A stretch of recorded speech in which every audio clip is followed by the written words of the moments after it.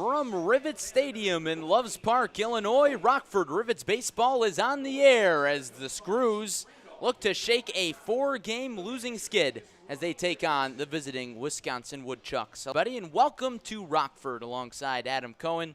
I'm Larry Larson, coming to you from Rivets Stadium with an audio broadcast, which is rare these days, but we've got technical difficulties on the Northwoods League Baseball Network. So we're coming to you on YouTube, at least for now. And Adam, it's been a whirlwind since the Rivets were last here at Rivets Stadium 15 games ago. New coaching staff and an entirely new roster with the exception of Noah DeLuga. Larry, it has been very different, as you mentioned. The last time they played here was on July 27th, which feels decades ago, and even feels more prevalent considering it's a 48-game season. But Noah DeLuga, as you mentioned, has been the sole presence of the original Rivets team, making his second start this season. And he was started out in the bullpen, but now he finds himself as a starter, something that we predicted might happen early on. Obviously, not in these types of circumstances, though. Certainly not. A few moments away from the national anthem here. The Rivets enter this one at 14-19 in third place in the Wisconsin-Illinois East, and the Wisconsin Woodchucks enter this one at a league worst 10-27, last place in the Wisconsin-Illinois West. And Adam, something that we were talking about before we went on air, the Woodchucks are the only team that the Rivets have a winning record against. Do you think that continues tonight? I hope it does, Larry. This team needs to get in the win column. Played so far, they're back at home. They're facing the worst team in the pod, so hopefully they can get things going tonight. Almost time for the national anthem from Rivets Stadium. We will take a short break and be right back with the starting lineups. Rivets, Woodchucks coming up after this on Rockford Rivets Radio.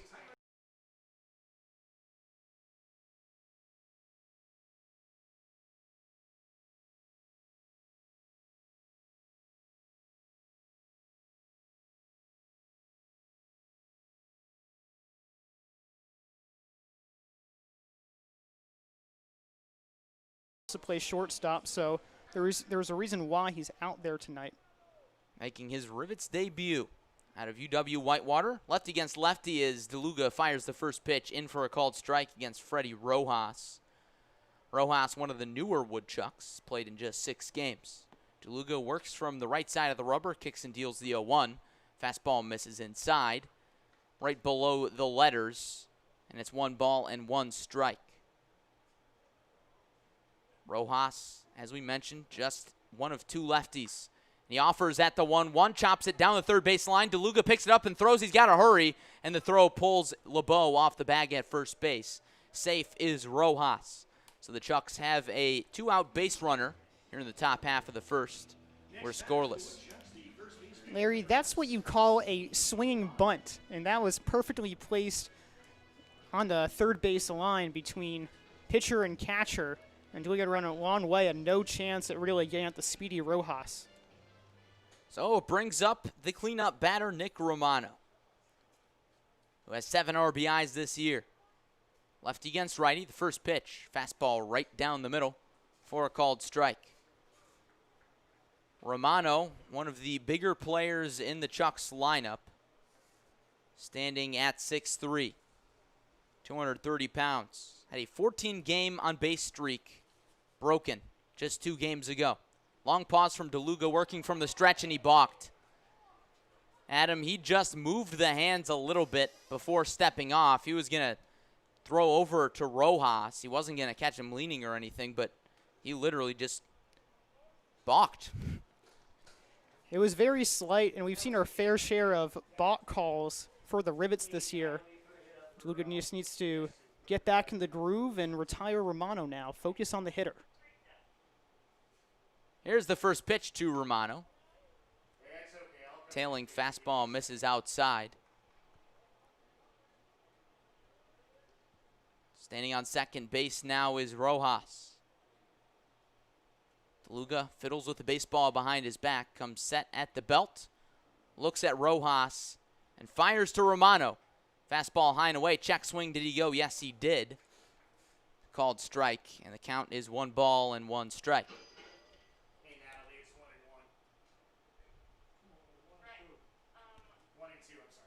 1-2 on the count now. Correction. Scoreboard not working here at Rivets Stadium at the moment.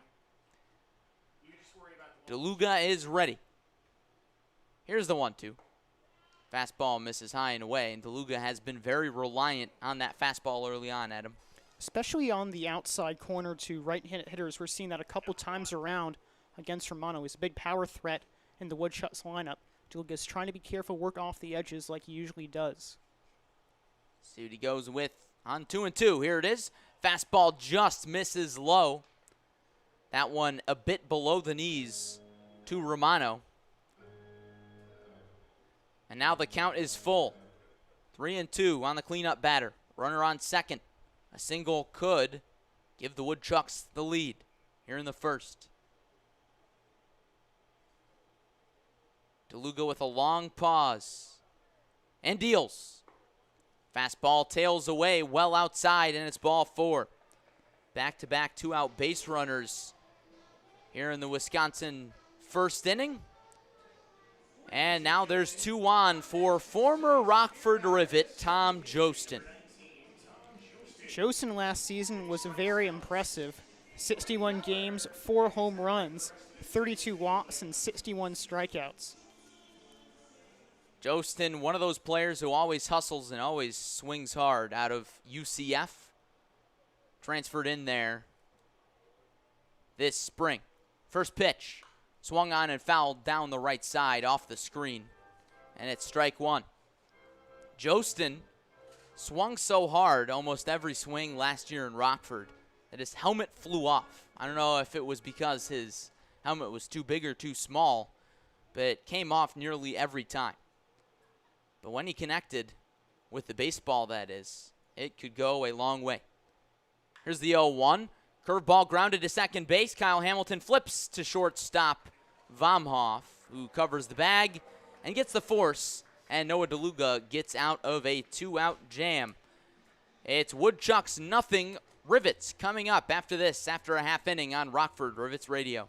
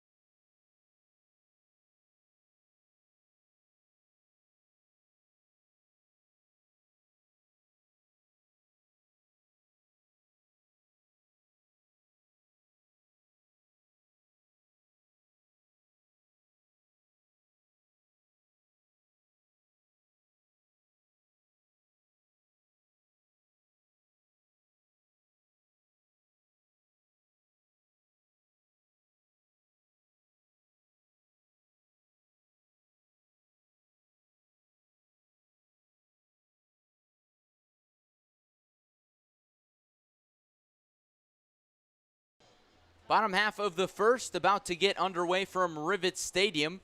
The Screws looking to snap a 4-game losing streak, but they will have a tall task facing the lefty from Florida Southern, Nate Madej, starting for the Wisconsin Woodchucks. There haven't been a lot of stalwarts in the Wisconsin Woodchucks rotation, but Nate Madej, along with Brett Wigland, have been the 2 mainstays. And Wigland on the year, 29 innings pitched, 2.48 ERA. His last time out, 5.1 innings pitched, 1 earned run, and 5 strikeouts against Fond du Lac, who we all know have a great hitting team. He'll try to cool off the Rivets as well. The Rivets have averaged just 1.5 runs per game in 4 games since their return from a coronavirus hiatus. Colton Klein steps into the left-handed batter's box, just one of 3 lefties in the Rockford order against the lefty Madej. Works from the windup, fires the first pitch, and it misses low and away to Klein. And it's 1 ball, no strikes. Colton so far this season has started all 4 games. He's been on the Rivets, and he's 3 for 17, 1-0. Fastball called strike below the knees to the 6'4 lefty Klein.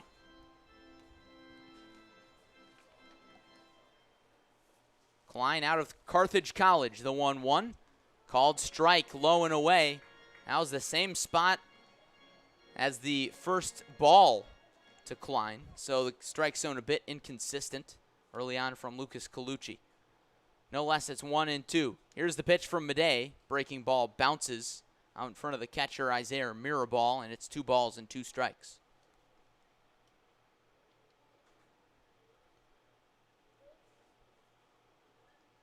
Klein taps the plate twice, swings the bat around, sporting 2 black batting gloves. Here's the 2-2. Swung on and fouled down the right side, bouncing off the concrete wall before the stands. And we will do the 2-2 over again to number 22. He's good at fighting off pitches. Has a walk and a run so far in just the first 4 games. Another 2-2 offering from Madej, popped up over the net and out of play. Klein has been very eager to offer at the first pitch so far in the leadoff spot. And a few times this season, he's led off every game. He's been retired on the first pitch, putting it in play, but here he took the first pitch for a ball. Now he's really working Madej. Here's another 2-2. Breaking ball misses low and away, and it's full. This is exactly what you want from your leadoff hitter. Well, even though in the past Klein has offered the first pitch, he is working the count right now, which is what you want. Needs base hit ball 4 right now, trying to get the Rivets going early on. Here's the payoff pitch. Fastball is bounced, and it's ball 4, a leadoff walk to start the lineup for the Rivets in this one. 0-0 ball game, bottom half of the first in Rockford. Madej's fastball against Klein was just all over the place, missing the zone several times and wasn't even too close. We'll see a lot of walks and strikeouts from Madej today. Brings up Breck Nowick with a runner on first. The high school senior headed to UIC in the fall. First pitch from Madej from the stretch, swung on and fouled back, out of play. 0-1 on Breck, who was 1 for 4 on Sunday with a strikeout. He's 3 for 15 so far. And although he just graduated from Lake Forest High School, he has looked comfortable at the college level. These are his first ups at the college level in these 4 games. The 0-1 on the way, laced right to third base. Victor Diaz makes the catch above his head. Diving back to first base safely is Colton Klein. And there's 1 away. Larry, you're almost speaking into existence there, how Nowick was getting used to college pitching. He's facing a college pitcher right here, Madej, and gave a good hard hit, but unfortunately it was just right into the glove of Victor Diaz. Now it brings up Sam Vomhoff for his first at-bat as a Rockford Rivet. Lefty against lefty with a runner on first, scoreless in the bottom half of the first. Here's the first pitch. Breaking ball in there for a called strike. Madej not hesitant to go with the curveball early in the count. A trend that continues across baseball at nearly every level. Madej sets above the letters and throws to first base to check on Colton Klein, who's back safely. That was quite the pickoff move, Larry. He dropped his arm slot below the waist and then just gave this almost shortstop-like throw to first. Almost threw the ball away, too. Nick Romano was able to snare it as he looks into the sun from first base.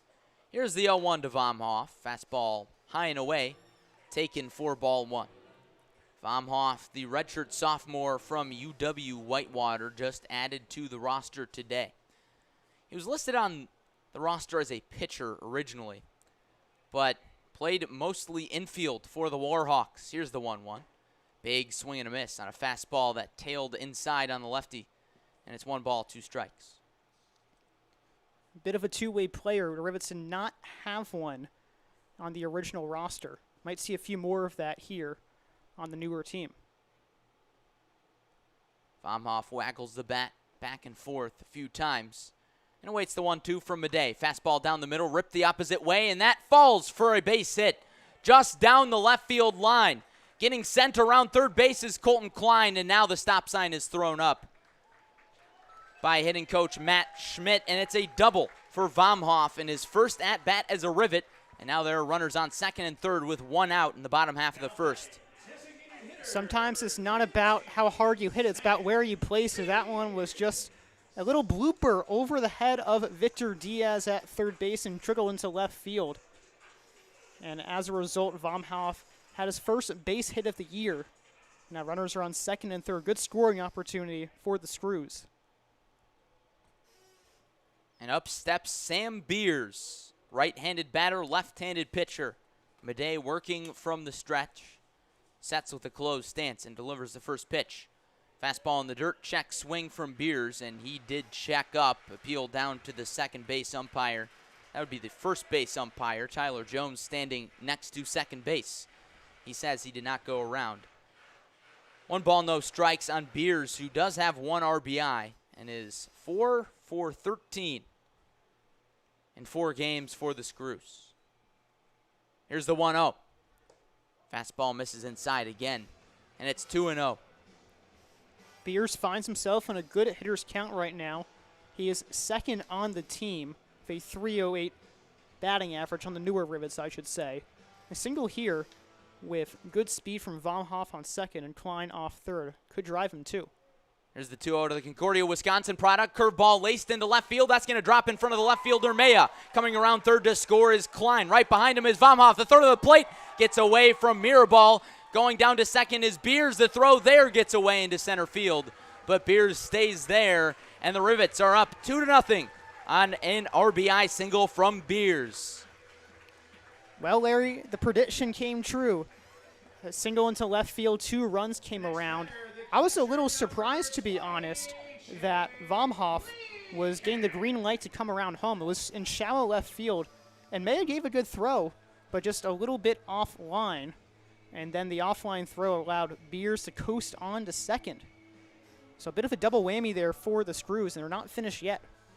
Bold call there from third base coach Matt Schmidt, just joining the Rivets on Sunday in Fond du Lac. Jake Kleekamp, the 5th batter, steps to the plate and drives a fastball into center field. Playable for Ruiz. He reaches up head high and makes the grab. And Kleekamp is retired on 1 pitch. He took a big swing and made good contact, but just elevated a bit too much. Off the bat, it looked pretty good. Kleekamp just got under that one, but definitely has a big swing and can even be a big power threat, too, when he gets hold of one. 2-0 Rivets, bottom half of the first. 2 down now for Cherokee LeBeau. Sophomore headed to UW Milwaukee. Here's the first offering. Swing and popped up to the left side. That one will find the seats. And the concourse. A mad dash ensues between a few young fans, and it bounces out of the stadium. LeBeau so far is just 1 for 10 and has struggled. 6 strikeouts, and in his Rivets debut on Thursday in Green Bay, he had the golden sombrero, 4 strikeouts. Madej comes set at the chin for the 0-1 pitch. Ground ball to third base. Victor Diaz tags out Sam Beers, who ran to third base on a ground ball in front of him. That can be considered a base running mistake, and he's the 3rd out of the inning. But the Rivets score 2 runs on an RBI single from Sam Beers, and the Rivets have an early lead. You're listening to Rockford Rivets Radio.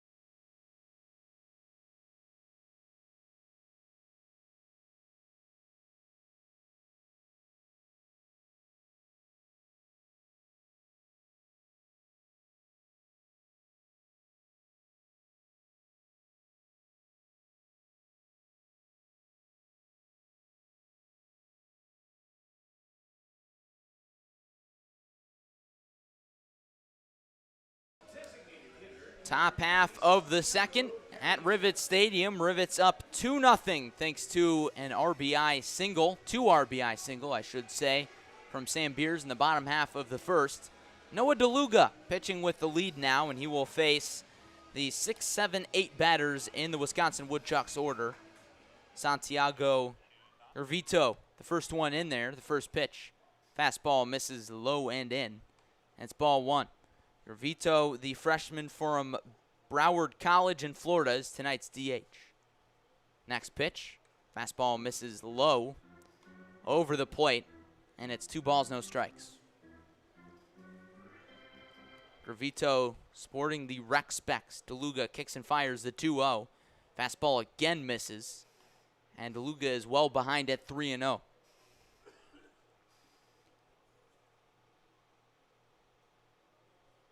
The high school senior headed to Minnesota, winds and fires the 3-0, and it misses high and away. It's a 4-pitch walk to start the Wisconsin second. DeLuga will walk his fair share of batters, as indicated in the early goings of this game.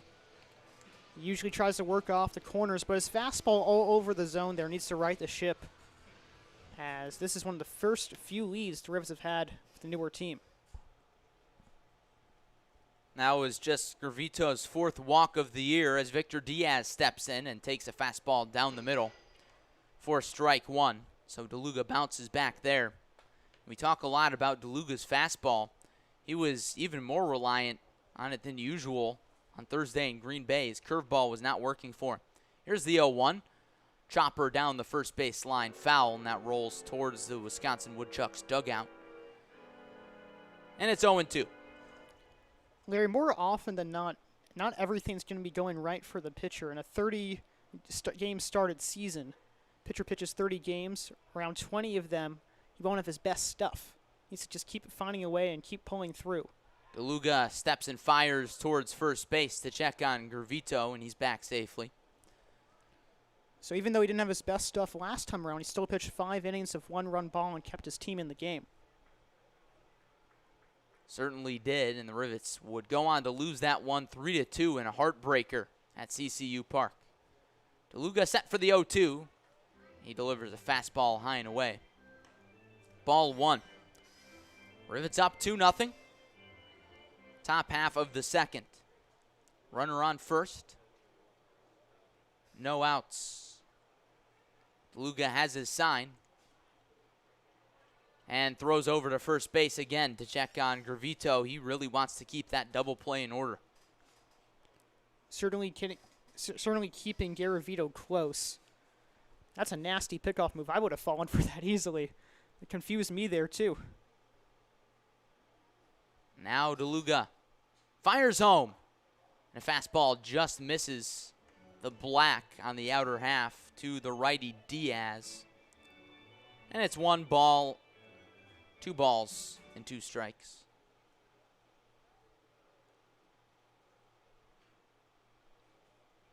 Here's the delivery. Ground ball up the middle, snagged by DeLuga. He throws to second, and it gets into center field. Stopping there is Gervito.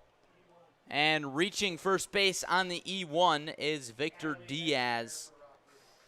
And Adam, that was a tailor-made double play ball. A nice play by DeLuga on a rocketed ground ball up the middle. But he just rushed that throw to second base. DeLuga has a great reaction time, even closed off a game by catching a liner right back at his face. That time looked like almost a similar play, an easy double play.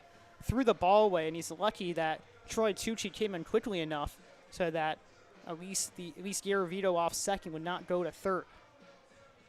A rough defensive play there for the Rivets results in runners on first and second, nobody out for the 8-hitter Isaiah Mirabal. The redshirt sophomore from Hillsborough Community College squares and draws the bat back and takes a fastball high. Mirabal enters this one hitting just 143 in 13 games played. He does have 2 RBIs. Holds the bat on his shoulder, sporting a black long sleeve on his right arm. Here's the 1-0. Fastball finds the zone that time, and it's 1-1. Even though things are not looking great for DeLuga, runners on first and second, no one out, Mirabal, I should say, has 25 strikeouts this year in just 13 games, which could work in DeLuga's favor. Force at any square bag here as well. Time is called as Mirabal steps out as DeLuga was staring at Garavito on second base. DeLuga looking to hold an early 2-0 lead for Rockford in the top half of the second. 1-1 to Mirabal. Fastball misses outside. And DeLuga is behind now 2-1. He has fallen behind the counts in the first few batters this inning, so still needs to come back, but at least he's looked better in the last two batters, working off the corner still, which is his usual spot. Here's the 2-1. Fastball for a called strike, and DeLuga again working around the corners. And it's 2-2. He set up the fastball away, might go with a off-speed away now. Definitely wants to get the strikeout here, at least get a productive out. DeLuga sets at the belt, watches a dancing Garavito on second base, and time is again called by Mirabal. Gives his bat a look, chokes up with white batting gloves. Now we're ready for the 2-2 pitch. It's on the way. Fastball misses outside. DeLuga can't paint the corner that time, and the count is now full. Looks like something fell off of DeLuga, or something was dropped off the mound, and third base umpire Max Steiner comes to retrieve it for the 3-2 pitch.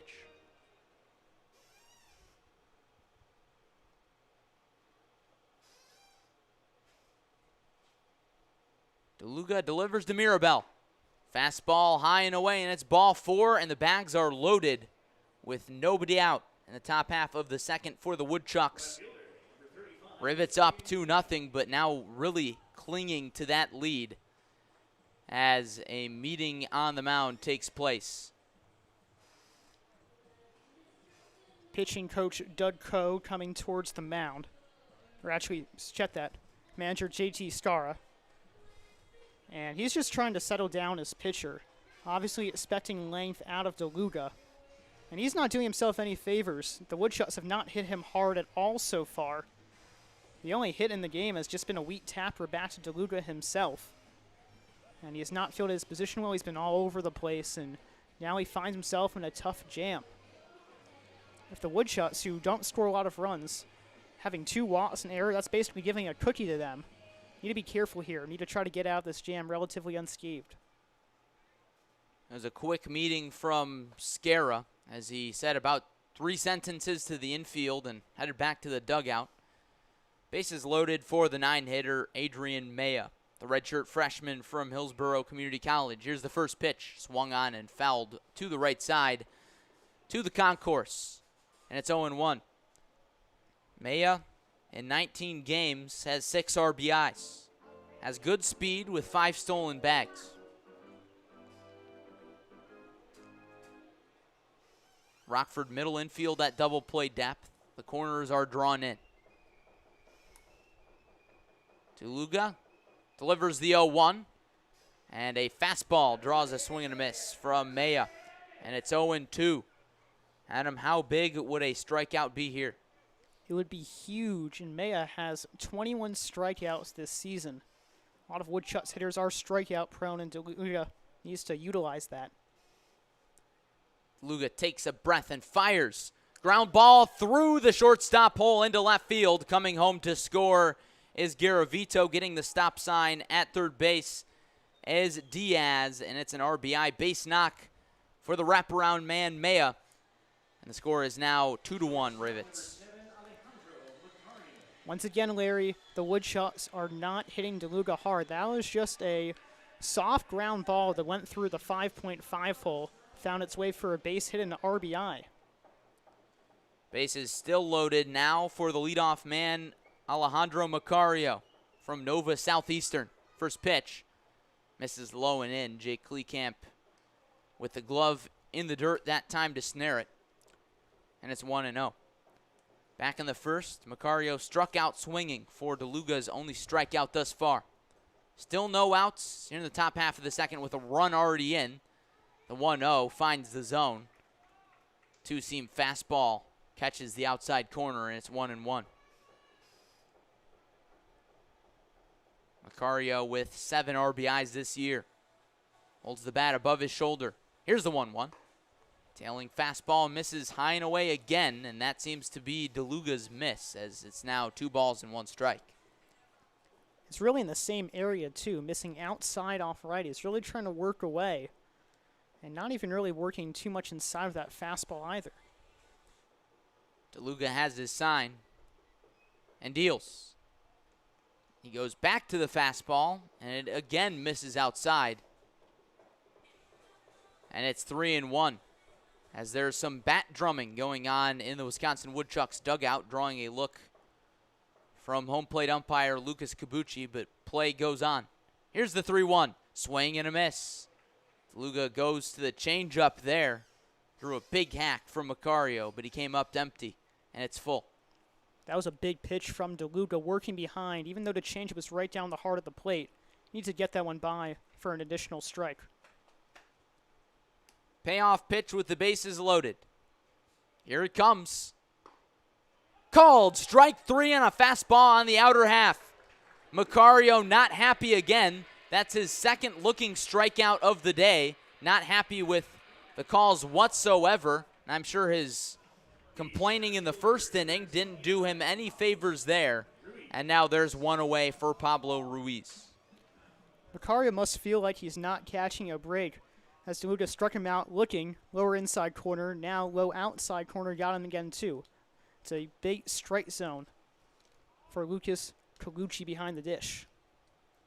First pitch to Ruiz, laced up the middle over a leaping Sam Vomhoff at short. Into center field, Troy Tucci comes up throwing, and the throw misses the cutoff man, LeBeau, on the mound, but backing it up was DeLuga to keep the runners at bay, but another run comes home to score. It's Victor Diaz.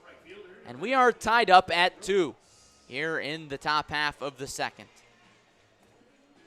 Larry, that was an awkward play for Tucci. He had no one really to throw to, and he saw at the corner of the eye LeBeau and then threw offline. Luckily, DeLuga was there to back him up and not allowing another run to score. Bag still juiced with one away for Freddie Rojas as he dances out of the way of a fastball, and it's called a strike. Strike zone has been a little wide if you ask the Wisconsin Woodchucks hitters. DeLuga sets for the 0-1. Fastball called strike again, that time yet again on the inner third, and it's 0-2. Seeing a lot of head shakes, looks at the umpire so far. But at least it was the same spot as the one before, so that was consistent. Here's the 0-2. Swung on and missed on a curveball in the dirt. And DeLuga sets down Rojas for his second strikeout of the inning. DeLuga's third on the night, and that's a big second out with the bases loaded. When DeLuga's back is against the wall, he's come up big for the Rivets this season, all the way back from Game 1, when he's put in a tough situation. First game ever in the Northwoods League, he got out of a jam. Now showing that same durability and mental toughness against the Woodchucks. Had been trusted in late inning situations for Josh Keim. Here's the first pitch to Nick Romano, swung on and fouled into the concourse on the right side. Romano, the righty, walked back in the first inning and was cut down at second base for the third out of the frame. He's the 8th batter and this Woodchuck second. 2 runs in. We're tied at 2 apiece. DeLuga steps off before the 0-1, steps back on, looks in for the sign from Kleekamp, takes a breath and delivers the 0-1. Fastball did not miss anywhere, right down the middle, and it's 0-2. We're seeing a completely different pitcher in DeLuga right now, just attacking the strike zone, working off the fastball, locating the fastball too. Might go back to his off speed now with 2 strikes, try to get himself out of a jam. Certainly got some pitches to play with. Kleekamp sets up low. Here's the 0-2. Big chopping ball to third base, and that bounces foul. Breck Nowick fields in foul territory and flips it back to his travel ball teammate DeLuga. We'll do the 0-2 over again. And Adam, when a pitcher is out ahead 0-2, but in a situation like this, with a runner on third base, bases loaded, how exactly aggressive do you want to be? You got to have faith in your catcher. You got to throw a ball away from the strike zone. Wouldn't be surprised to see a ball in the dirt here.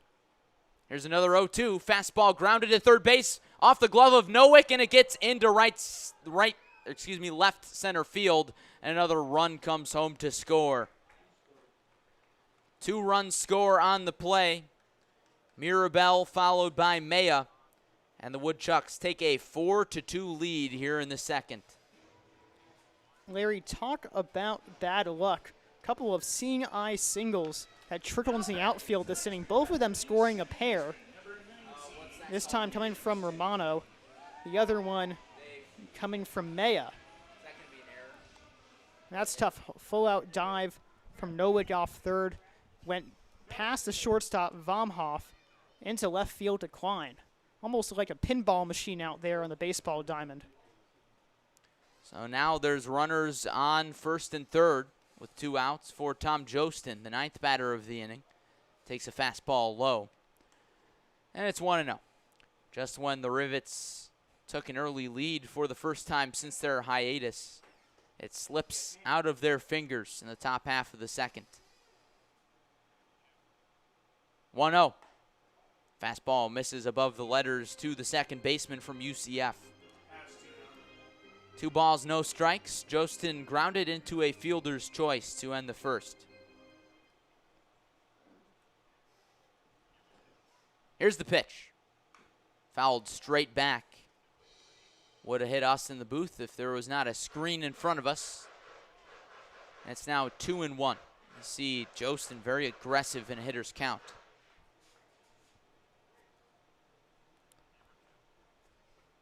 Ruiz on third base, Romano on first. Here's the 2-1. Jostin turns away from a fastball, and it's 3-1.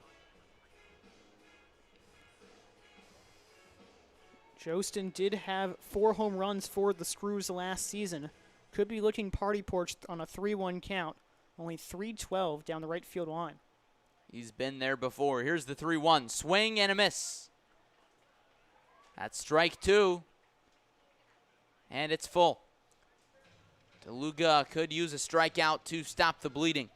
4 runs in the top half of the second. Still 2 runners out there. Here's the payoff pitch to Jostin. Swing and a foul tip off Kleekamp. Jostin barely got a piece of that one.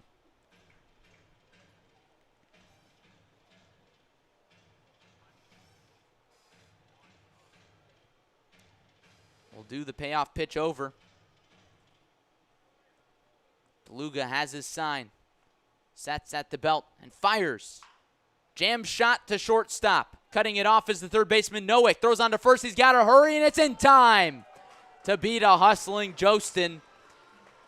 And the inning is over. But the Woodchucks score 4 to make their lead 4-2 over the Rockford Rivets after 1.5. You're listening to Rockford Rivets Radio.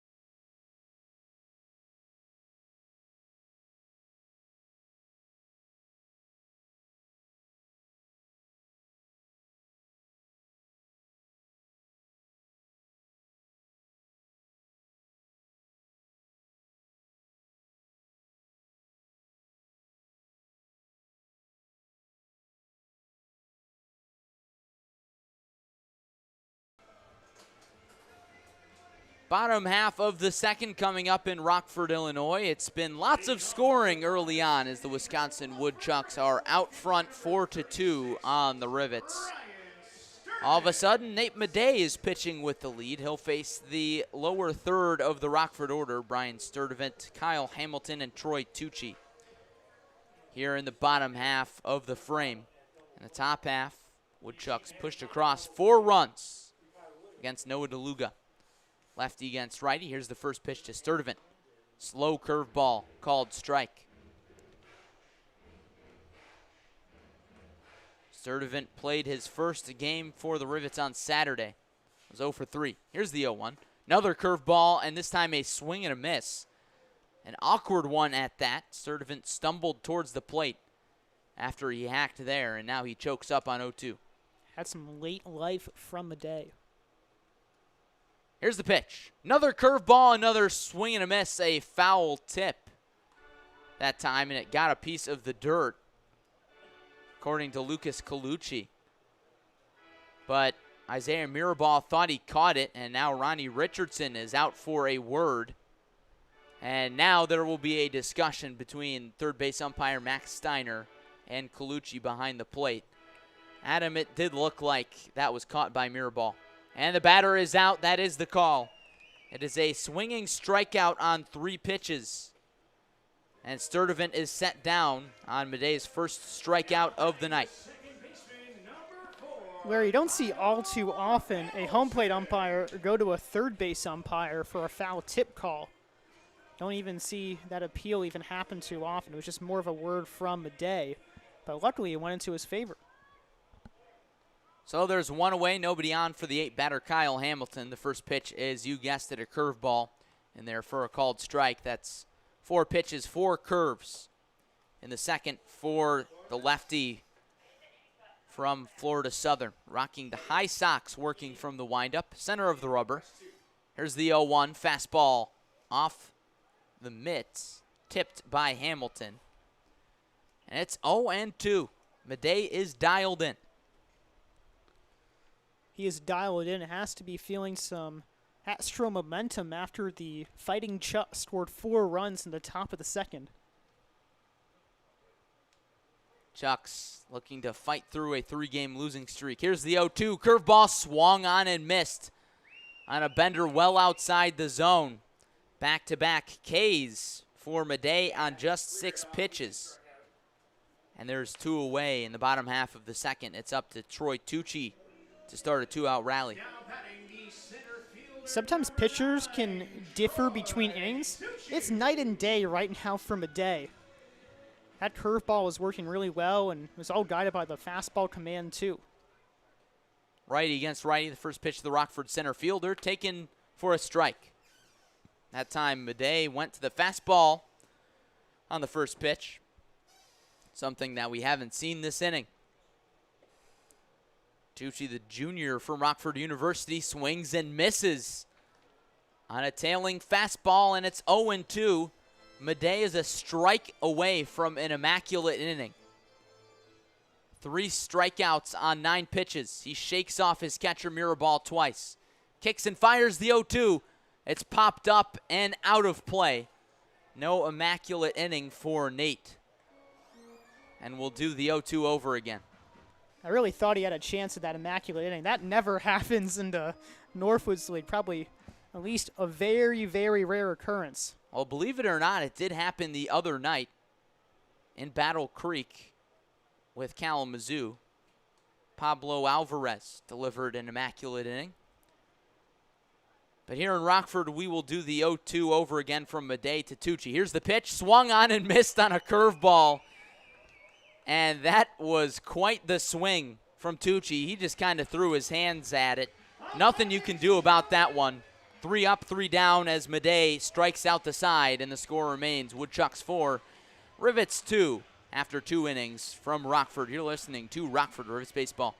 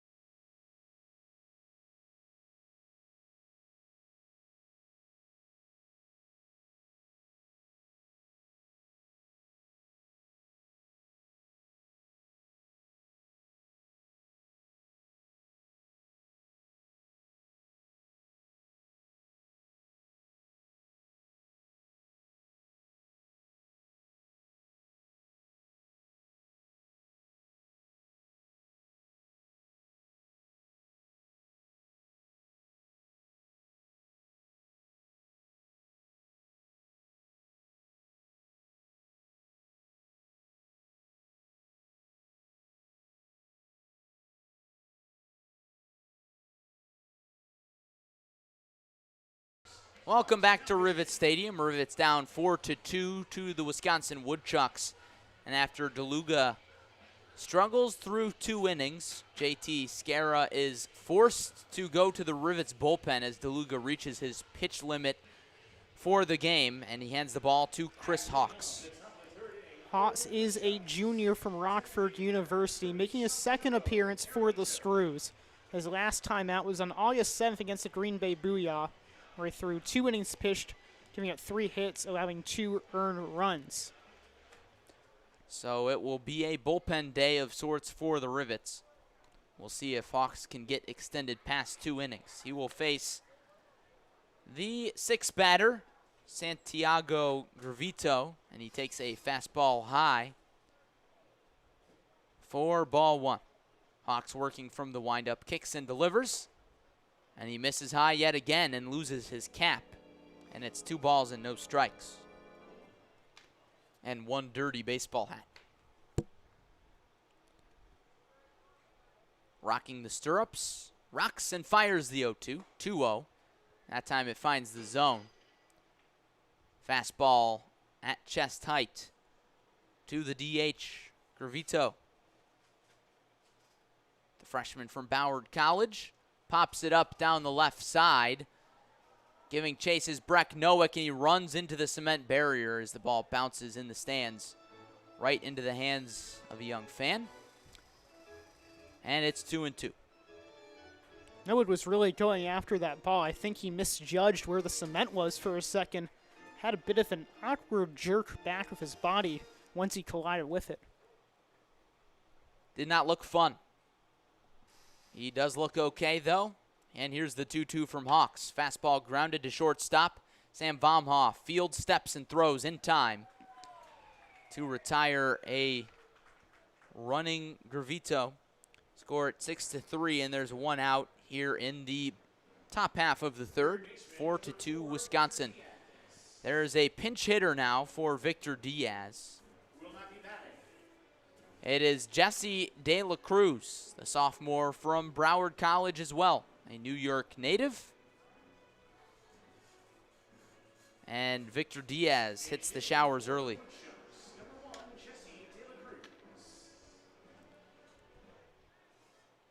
Bit interesting to already make a substitution this early in the game. You gotta wonder if Diaz is all right. Here's the first pitch to the Cruz, slapped the other way, and it's through for a base knock. It's a one out pinch hit single for De La Cruz. Well, whatever the reason why, manager for the Woodchucks, Ronnie Richardson, put in Cruz into the ball game, or De La Cruz, I should say. It works out for him so far, getting a single, a hard-hit ball into right field, has good speed, and the Woodchucks looking to carry their momentum into the 3rd. So now there's 1 out and a man on for Isaiah Mirabel. First pitch. Curveball in the dirt, blocked by Kleekamp, and he gathers and does not throw. So De La Cruz takes second, uncontested. And there's a runner in scoring position for Mirabel now. That's a tough scene for Kleekamp. Didn't have sight of the ball, and De La Cruz took second base on the wild pitch rather easily. Another runner in scoring position for the Woodchucks. Mirabel walked and scored in the 4-run Woodchuck second inning. Looking to push across a run here in the top half of the 3rd. Here's the pitch, swung on and missed. And it's 1 ball and 1 strike.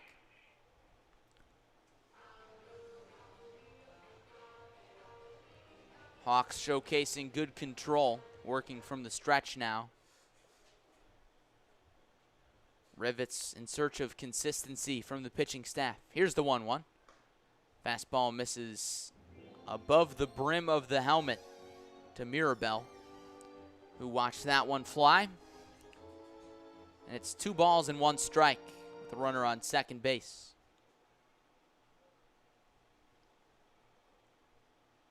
Hawks sets at the letters, gives a look to De La Cruz and delivers.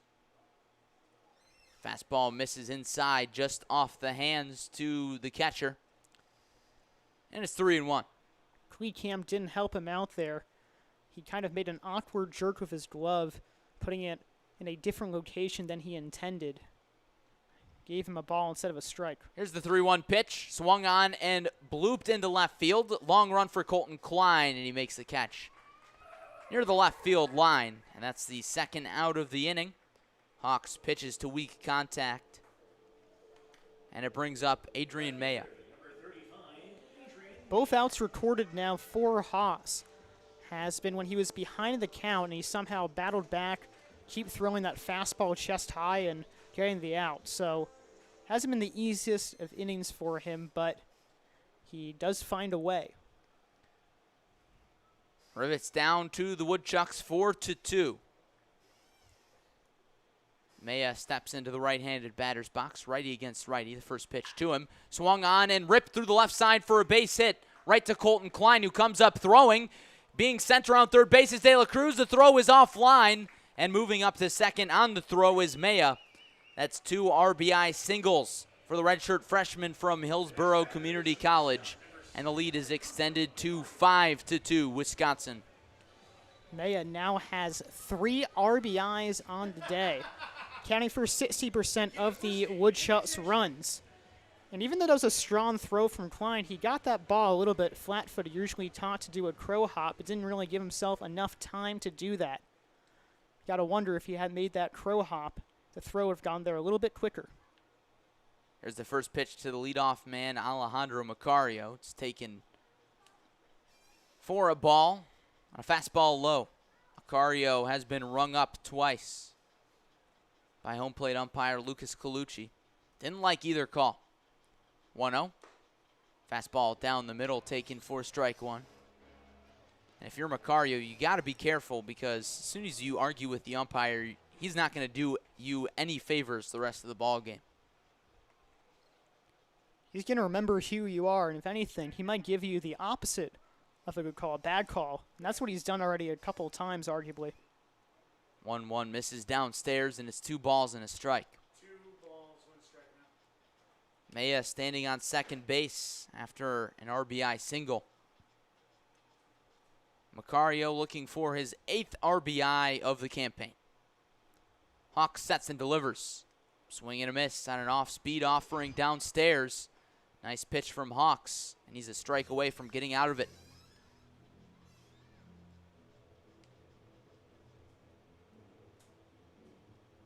Pablo Ruiz waits on deck. Should Macario reach? Here's the 2-2 from Hawks as the runner goes. Ripped into center field. Coming on is Tucci. Dives and makes the catch. What a catch by the Rockford Regent. And it ends the top half of the 3rd inning. But the Woodchucks push across 1 more run on an RBI base knock from Adrian Maya. And the new score, Woodchucks 5, Rivets 2. You're listening to Rockford Rivets Baseball. Head to the bottom half of the 3rd.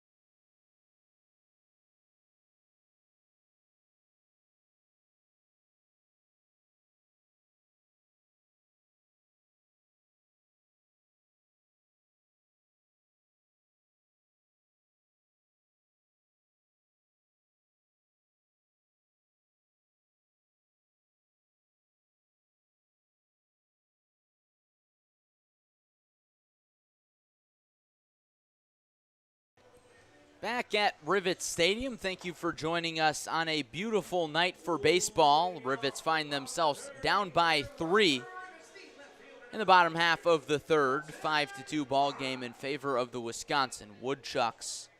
Nate Madej back out there after he struck out the side in the bottom half of the second. And he is pitching with some good offensive support, something that has been lacking for him this season.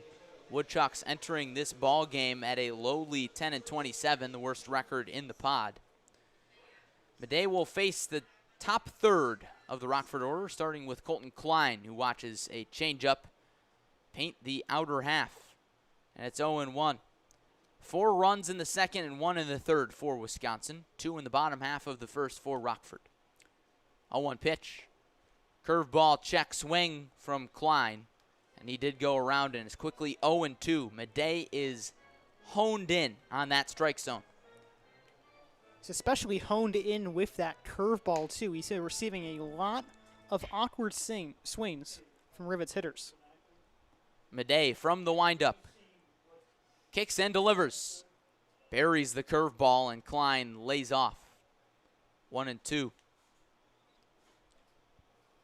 Perhaps Madej's outing has been going so well due to his starting day routine. More on that in a moment. 1-2 on the way. Fought off the fists by Klein, and it's 2-2. And Madej, before the ball game, came into the press box to chat with us. He was wearing jorts, a Ricky Vaughn Wild Thing t-shirt, a cowboy hat, and sunglasses.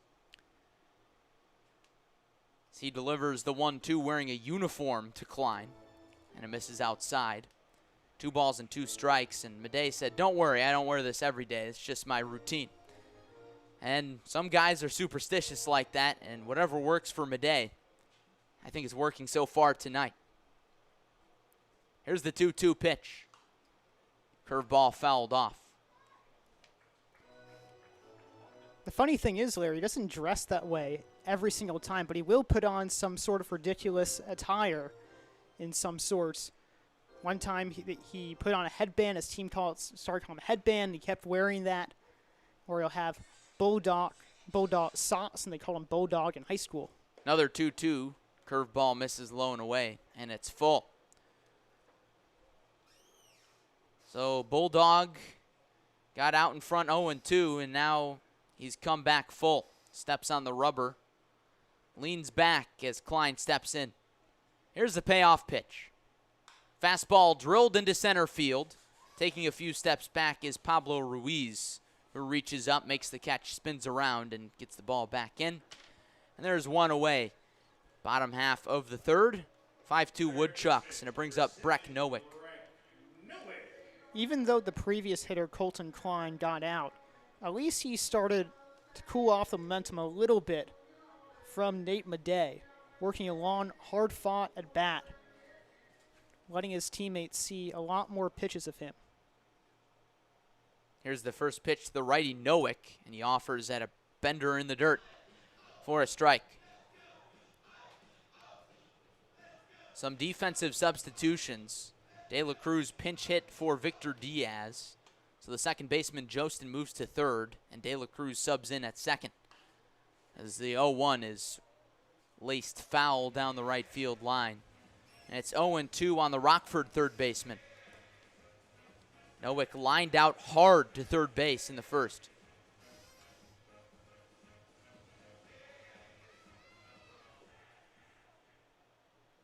Here's the 0-2. Fastball misses low. Nowick has been patient so far this season, but is yet to draw a walk. He's got 5 Ks.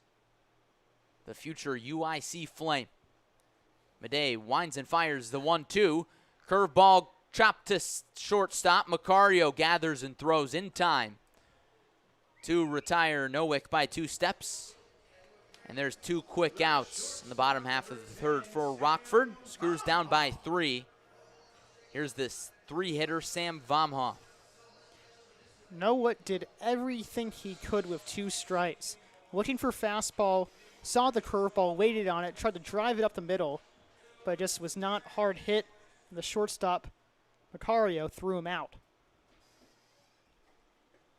So now it's lefty on lefty once again as Madej fires the first pitch to Vomhoff, swung on and ripped into the Rockford bullpen. Luckily for Sam Phelan warming up down there, he averted that line drive. We will likely see Phelan the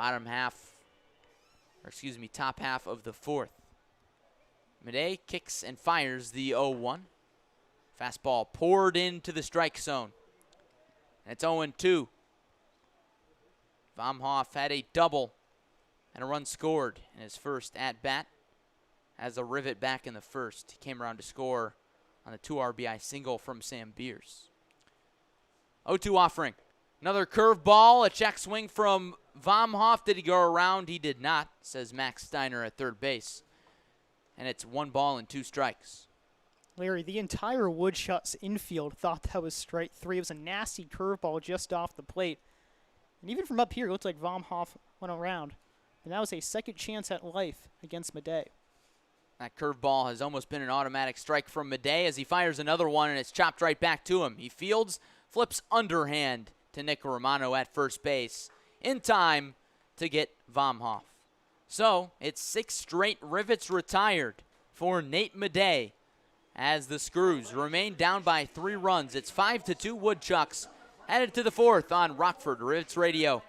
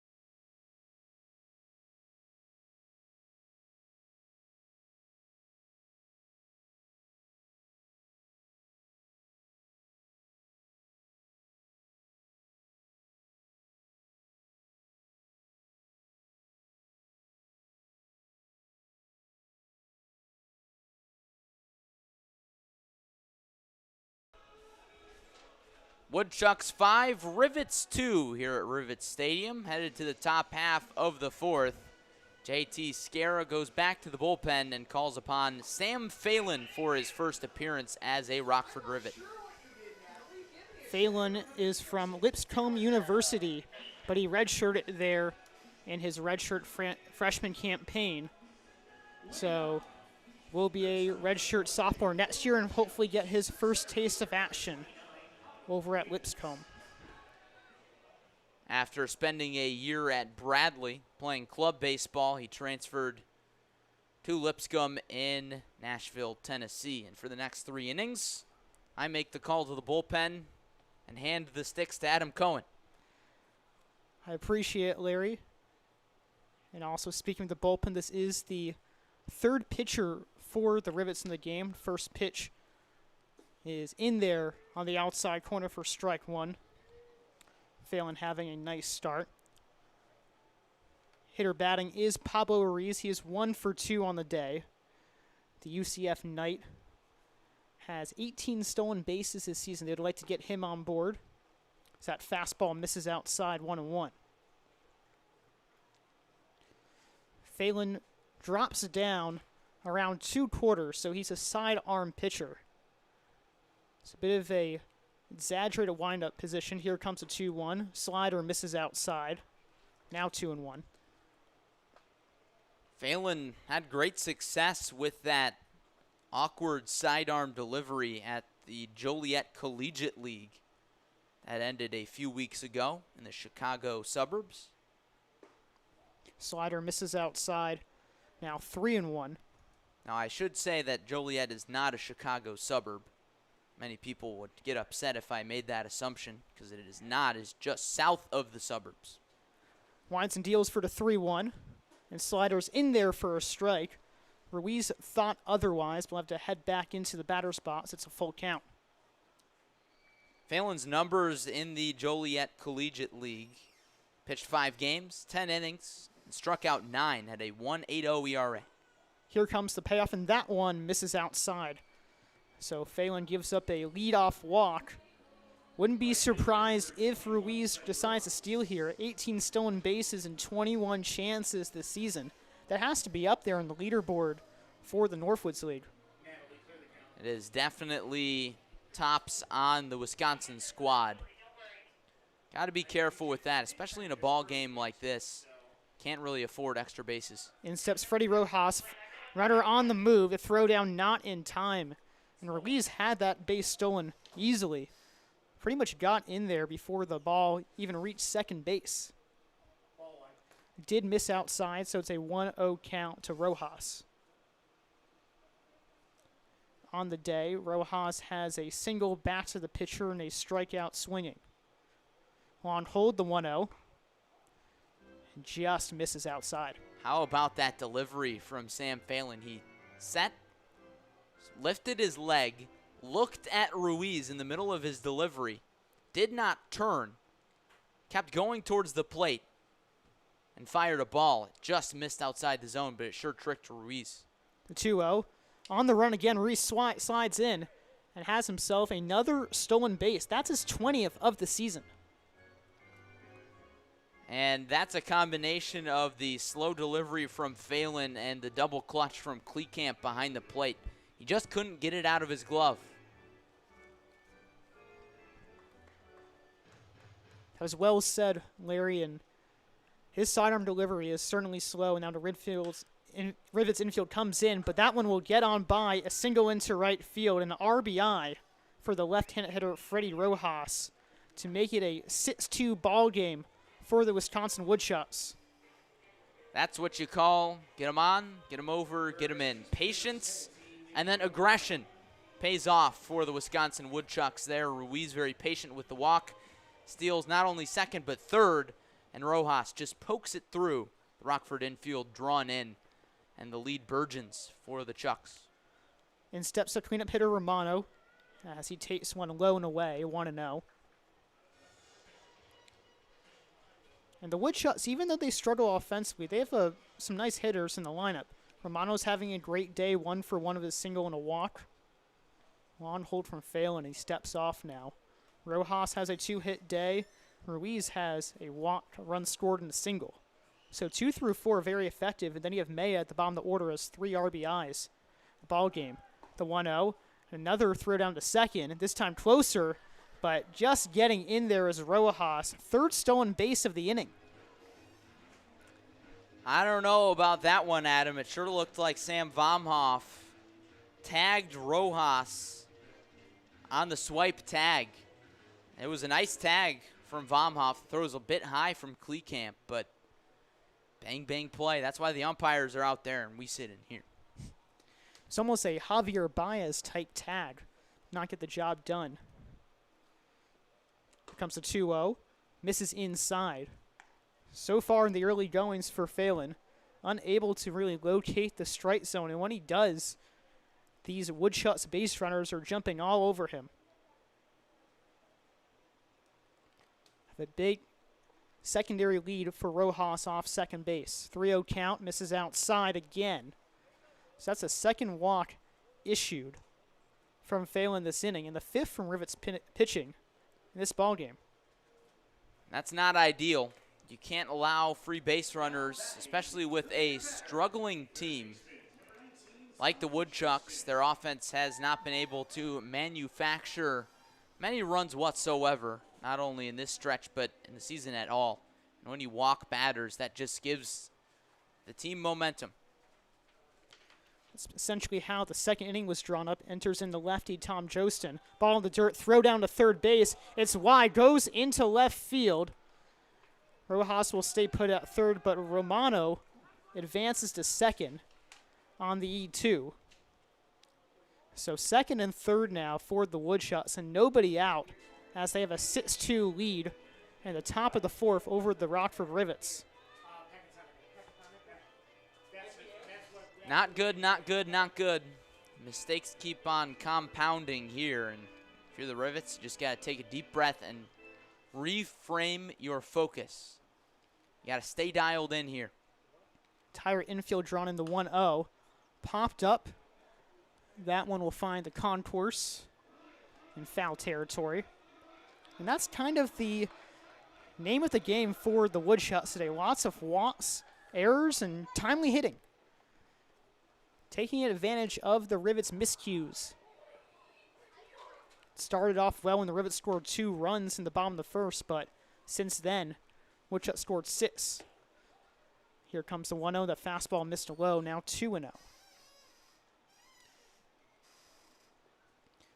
And once again, Phelan is unable to find the strike zone. Sometimes that sidearm delivery can always be totally functional. That's a 2-0 misses or clips the inside corner for strike one. It's actually 2-2.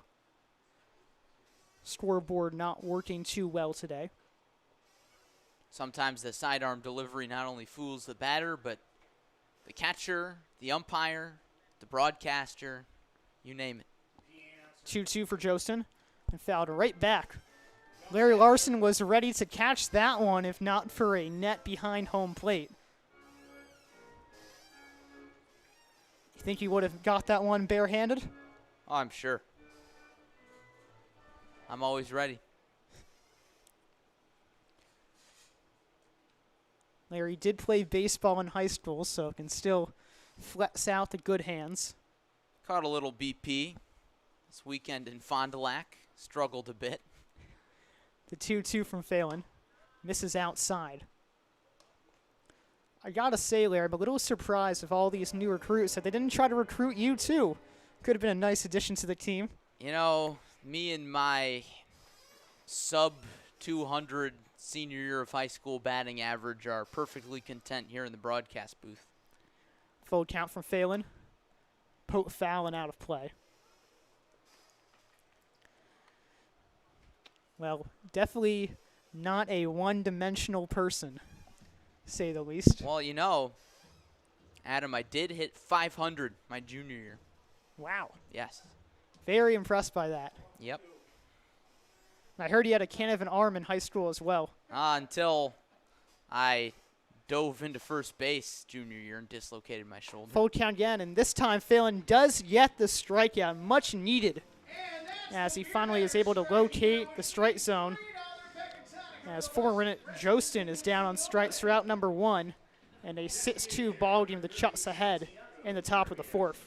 A timely moment for Phelan's first strikeout in the Northwoods League with 2 ducks on the pond. Here, he needed it. The righty Garavito enters in, infield still drawn up. On hold for Phelan to pitch, and throws a nasty slider. Nearly in the dirt, swinging strike for the first strike at the count. Garavito on the day as a walk, a run scored, and a ground out to short. So now time is called. Phelan does take his sure time on the mound. Long hold in between pitches. The 0-1. And poked down to right field. That one will find foul territory just over the heads of the Woodchucks bullpen. It'll be 0-2. Now it looks like Phelan is settling in after really struggling with his command in the first few batters. His delivery has done him well. Another strikeout here would be big. Even though the Rivets are down 6-2 to the Woodchucks, still a lot of ball game left. The 0-2 and a nasty slider. That one looked like a frisbee from the right side of Phelan. Garavito had no chance, and back-to-back strikeouts for Phelan. Now we see why his numbers were so good in the Joliet Collegiate League. He is really dicing up these Chucks hitters now, back-to-back strikeouts. And that sidearm angle is working to perfection. Jicey De La Cruz steps up to the plate, making his second AB. Came in for Victor Diaz, the first pitch in there for strike one. And you're right, Larry. A lot of sidearm pitchers will go two-seam and slider, and that slider just keeps tailing and tailing off the plate. And when it's thrown from that angle, it looks like it's almost going to hit you in the hip. It just keeps going away. The 0-1, fastball misses upstairs. You know, there can be many advantages, but also many disadvantages to that sidearm delivery. But one of the advantages is your breaking pitches get so much extra tail. So you can afford to work a bit more inside. The 1-1, tap foul. And that's why you see pitchers like Steve Cishek be so effective in the major leagues. Perhaps that's a bad example, because this year Cishek is getting shelled in the bullpen for the Chicago White Sox, but he's just one of many. Carlos Marmol also comes to mind. Former Cubs closer had that wipeout slider. There's a place for all sorts of pitchers in baseball. The 1-2 from Phelan. Throws in that slider and just misses the call. A little bit upstairs, as Cruz will live to see another pitch. As you mentioned, Larry, that slider all the more effective from the sidearm position, especially against right-handed hitters. The 2-2, and a big swing and a miss from De La Cruz.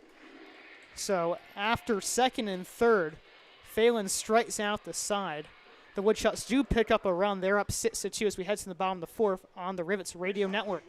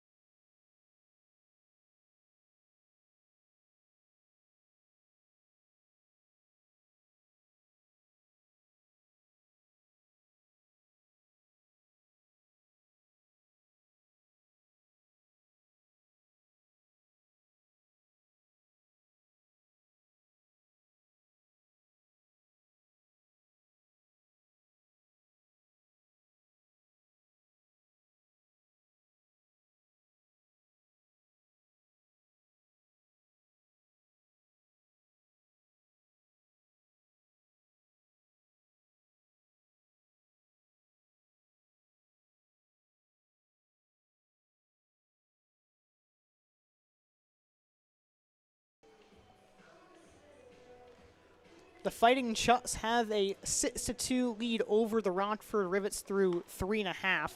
The Woodchucks have six runs, I should say, on 7 hits, no errors committed. The Rivets have 2 runs, 2 hits, 1 error committed. That'll be the 4, 5, 6 hitters for Nate Madej. Madej has been slicing and dicing, whether it's strikeouts, just throwing strikes, or pitching to contact. He's checked all the boxes after a shaky first inning, which Rockford pushed across 2. Since then, he's really been lights out. First pitch to the righty DH, Sam Beers. Misses low and outside.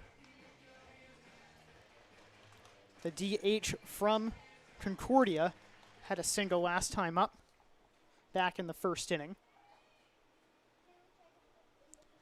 Here comes the 1-0 from Madej.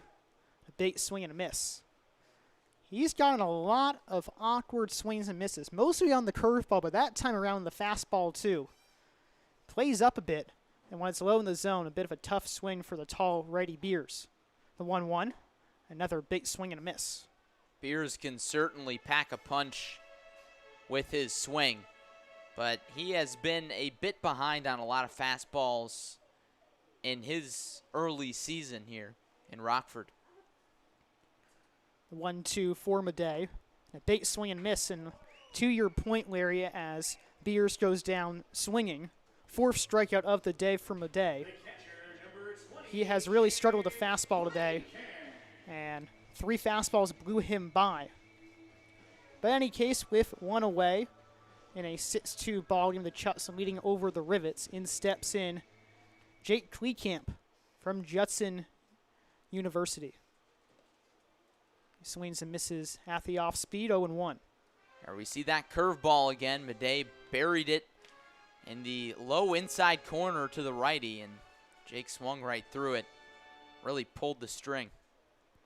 He's done that a lot today. Here comes the 0-1. Posts that one deep into right field. Actually, it kind of hung up there in time for Freddie Rojas, who makes the catch for out number 2. Rojas battling the sun to make that play. Kleekamp trying to go the opposite way there. Bit of an inside-out swing there, but more weak contact, and looks like the Bulldog, Nate Madej, cruising along. He's retired a lot of batters in a row. 10 in a row, as here comes the 0, big swing and miss from Cherokee LeBeau, 0-1. And he has dominated since the first inning. That comes after the Woodchucks scored 4 unanswered runs at the top of the second. The 0-1. The curveball misses low and outside. Last time up, LeBeau hit into a fielder's choice to end the bottom of the first inning. Here comes the 1-1. Fastball clips the inside corner. That is paint right there. Usually see him dot the lower part of the zone, but that time really working off the corners, coming right in on the hands of the righty LeBeau. Well, Madej has hit all of his spots, whether it be right down the middle, up or down, or in or out. Looking for the strikeout, but that one will be in the dirt. Curveball missed low, now 2-2.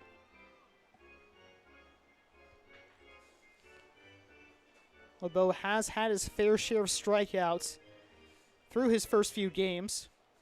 He has struck out 6 times in 11 ABs. Madej shakes off his catcher, now ready to go. The 2-2. And a big swing and a miss from LeBeau. That's his 5th strikeout of the day. His 3rd consecutive 1-2-3 inning, as the Woodchucks will take their 6-2 lead over the Rivets into the top of the 5th. Let's be right back on the Rivets Radio Network.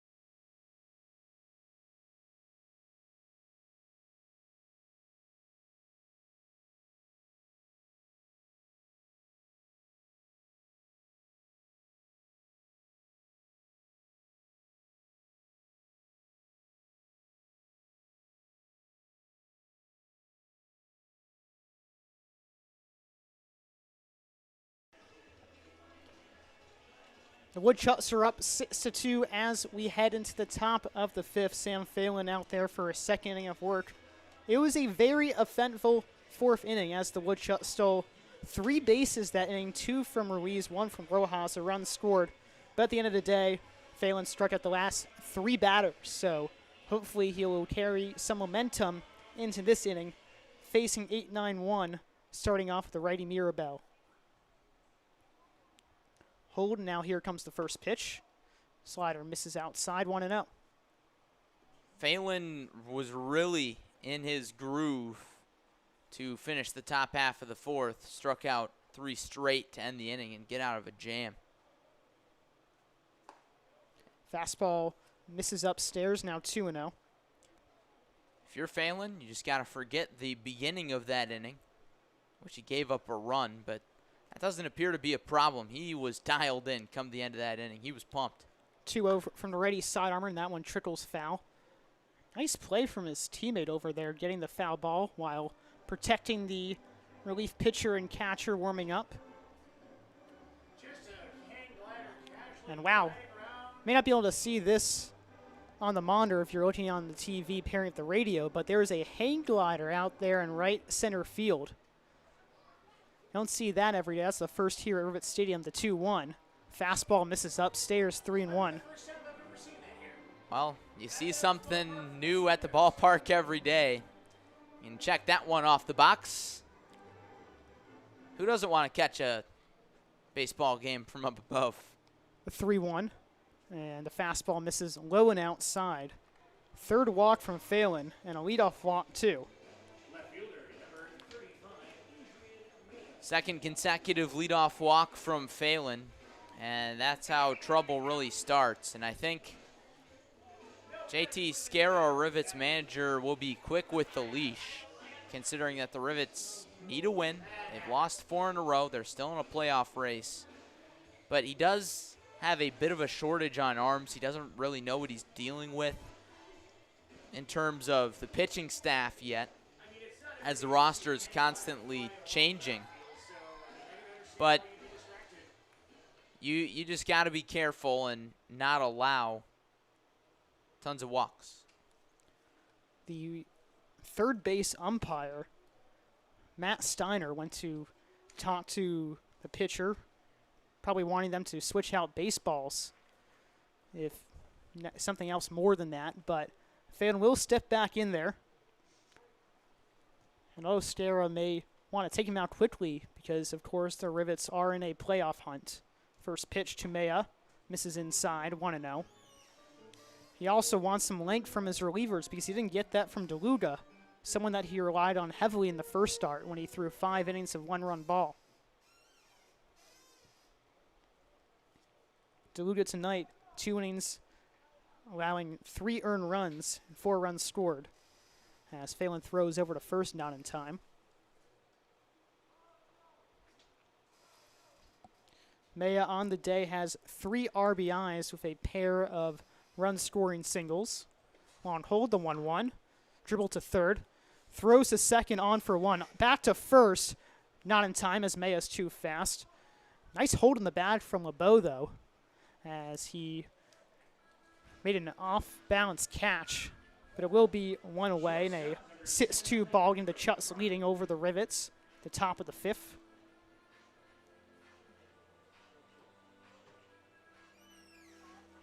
That was a tailor-made double play ball, but the 5-4-3 twin killer is always very hard to turn. You got to be very quick, and Nowick's throw from third base was a little bit too high.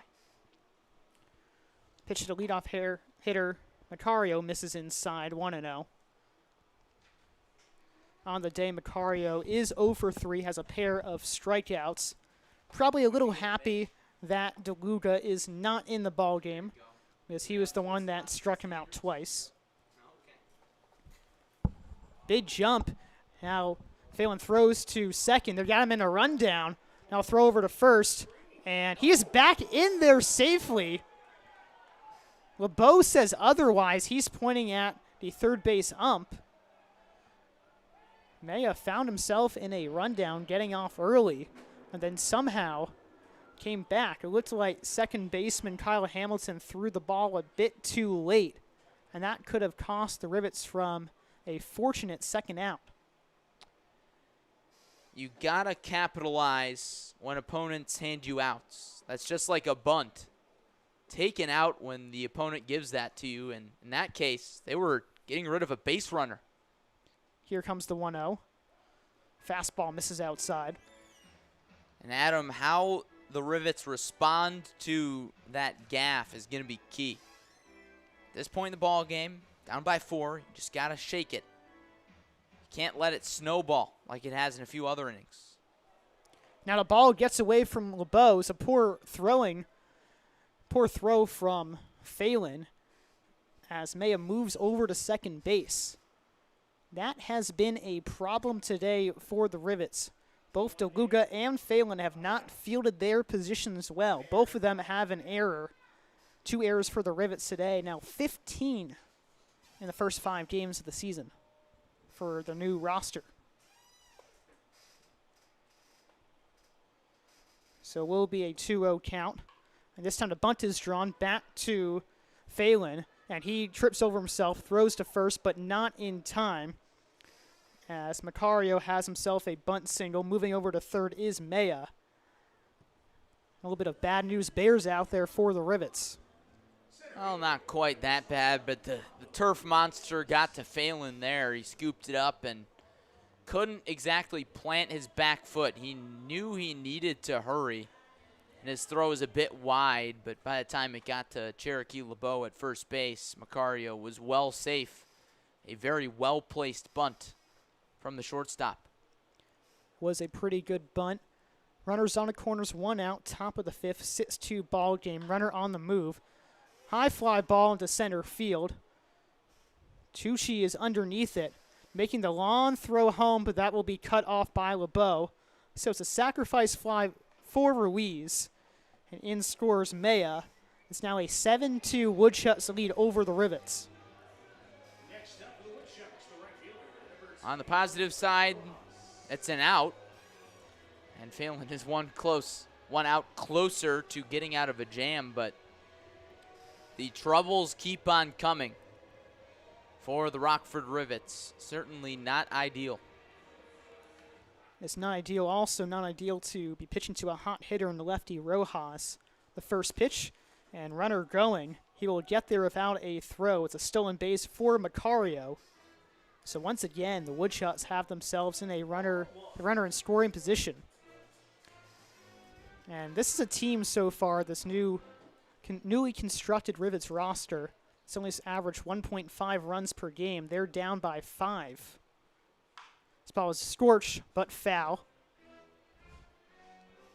Be a 1-1 count now. And as I was saying, Larry, this is a team that has struggled offensively. How are they going to be able to right the ship and try to capitalize and come back into this ballgame?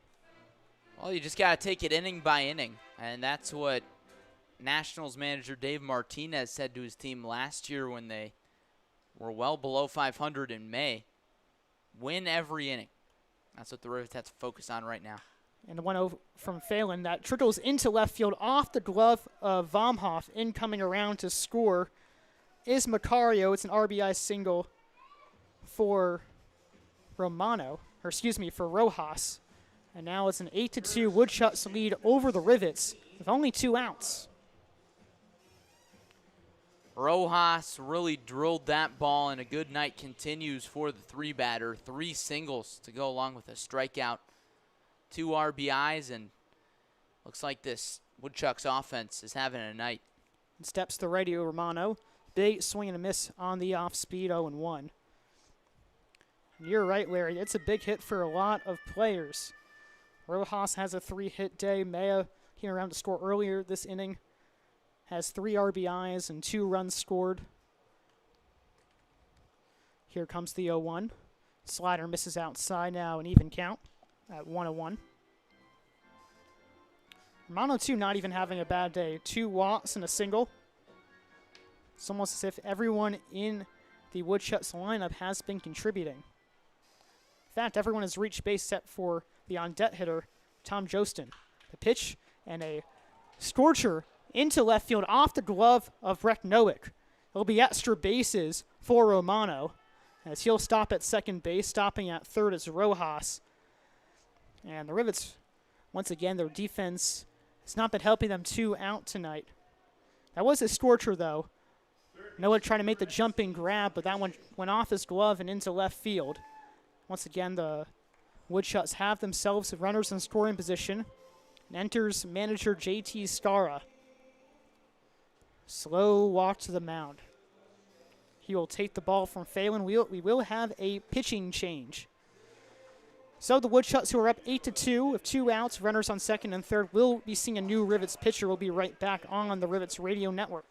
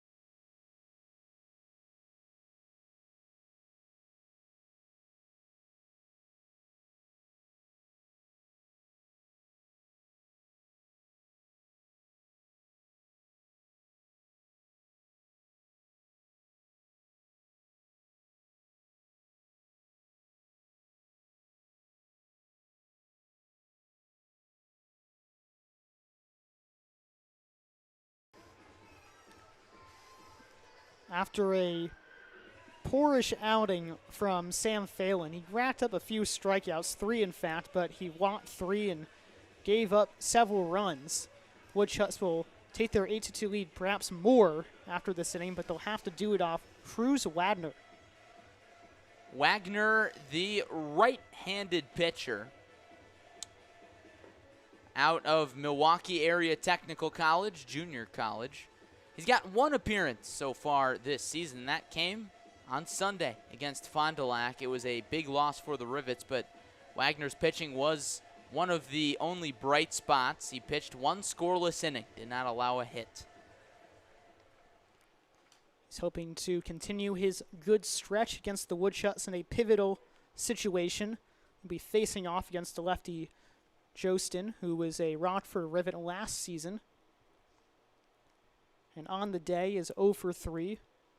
Ground to a fielder's choice, grounded out to third, and has struck out swinging. Comes in with 2 outs, runners on second and third, an 8-2 Woodchucks lead. Here comes the first pitch. It's poked out into left field, and that one will find the seats in foul territory, 0-1.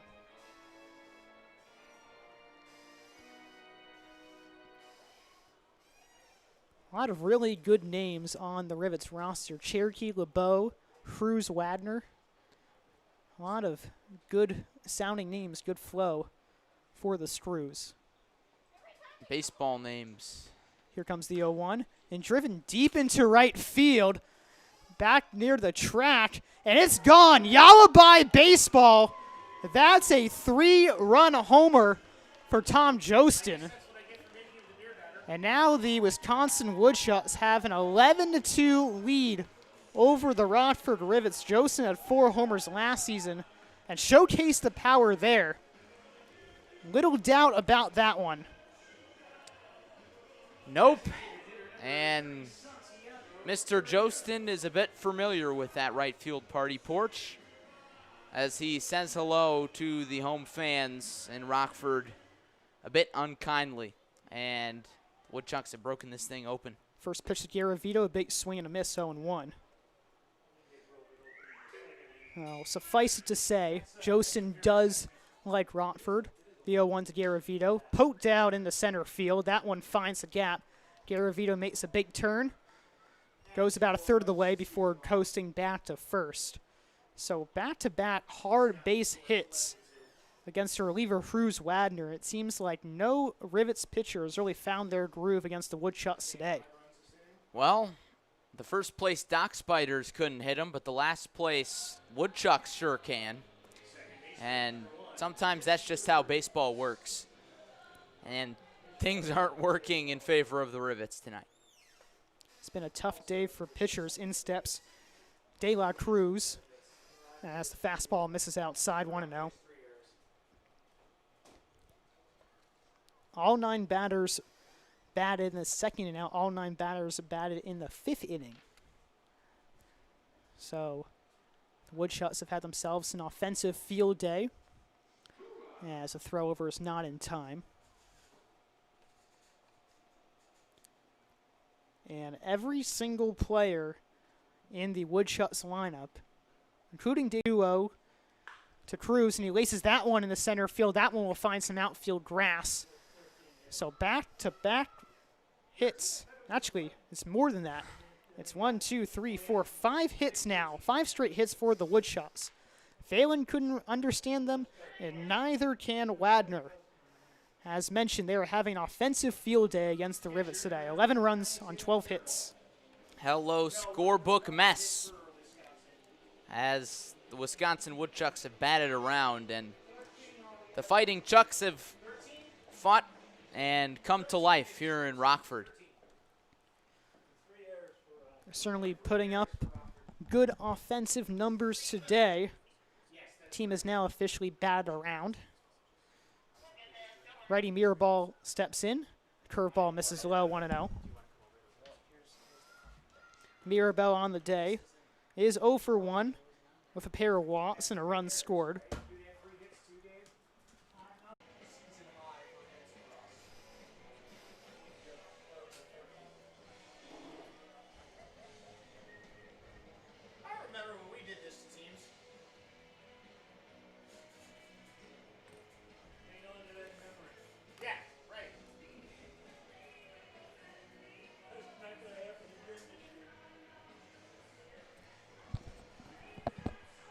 Dave, how many were earned that inning?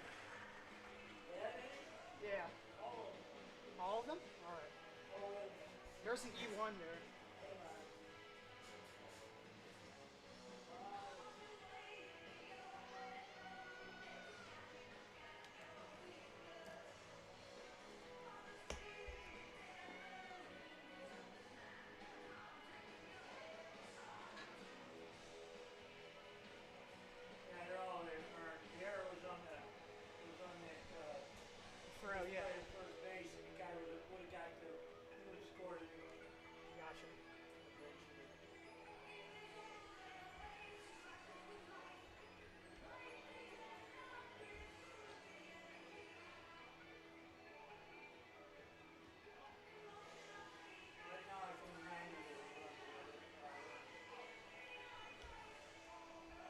How many of them are? 9. The last 2 in the second inning. Okay, thank you.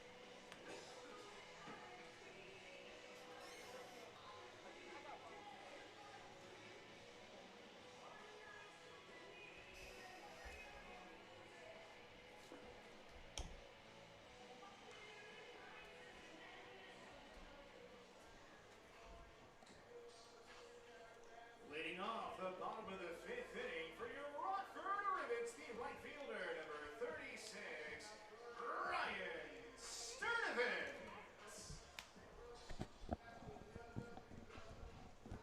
The Woodchucks scored 5 more runs in the top half of the 5th, highlighted by a Tom Jostin 3-run shot. They're up 11-2 as in steps Brian Sturdivant, the right fielder. The day still in the game. And a hard hit ball into center field. That one will drift swiftly into the glove of Pablo Ruiz for out number 1. Start of it now 0 for 2 on the day. And Rivets offense has not seen a base runner since the first inning. They have been struggling offensively this season. Entering tonight's game, just averaging 7 hits per game, no extra base hits, and 1.5 runs scored per game. Steps to lefty Hamilton, takes a fastball by his head. He does. As that one will make the count go 1-0. Hamilton is the last AB, struck out swinging. It's one of 3 consecutive strikeouts for Nate Madej. Nearly had himself an immaculate inning. The 1-0 from Madej. And broken bat, splintered by the pitcher to second baseman. De La Cruz gobbles it up, fires to first in time.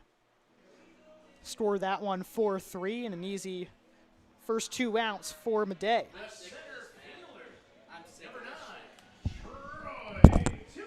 And Madej has been pitching excellently. 13 straight batters retired for Madej. He has been pitching so well, and the Rivets have looked very uncomfortable today.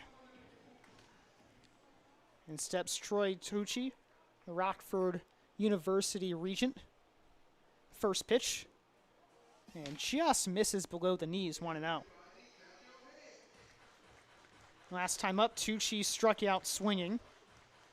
One of 5 strikeout victims for Madej today. And broken bat, ground ball to shortstop. Marcario fires to first base in time. Easy 1-2-3 inning. That's the 4th consecutive for Madej. Rivets are held scoreless as the Woodchucks will take their 11-2 lead into the top of the 6th. We'll be right back on Rivets Radio Network. It's time